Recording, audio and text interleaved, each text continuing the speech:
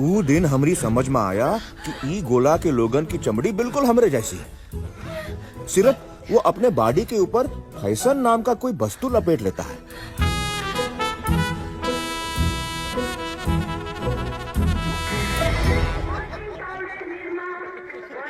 अब हवाओं तुम्हारे गोला के लोगन के साथ मिलजुल सकता था, लेकिन पता नहीं काहे सब लोग हमरे ऊपर हंस रहा था।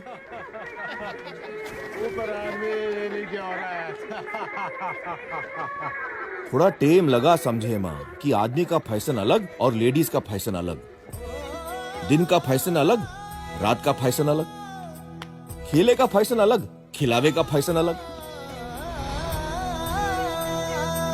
कपड़ा लत्ता के साथ हमारे हाथ लगा कुछ फोटो।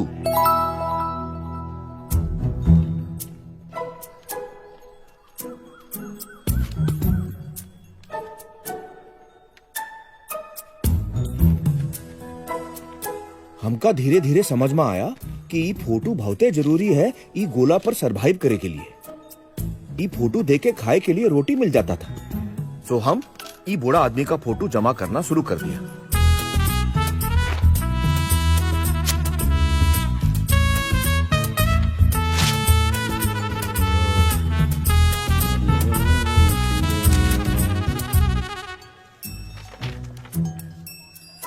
क्या है भाई?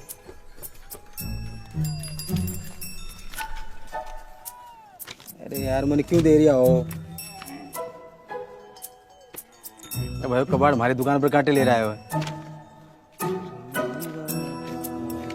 हाँ या दो एला गाजर।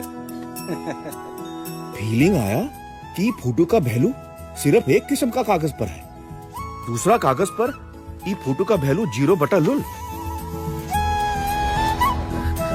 अब पैसों और कपड़ों का बंदोबस्त डांसिंग कार से हो ही जाता था। वही हमारी बैंक थी और वही हमारा टेलर।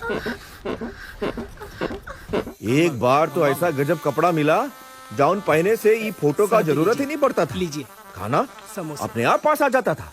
लीजिए सर। अब रिमोटवा ढूंढे खातिर हमका सीखना था ये गोले की भाषा। बिना भाषा यहाँ कौनो काम पॉसिबल नहीं था।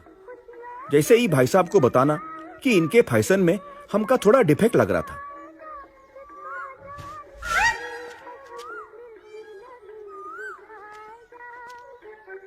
हमका फीलिंग आया कि हम उनका फैशन बिगाड़ दिया था। ये लिए हम जैसा का तैसा करेक्ट कर दिया।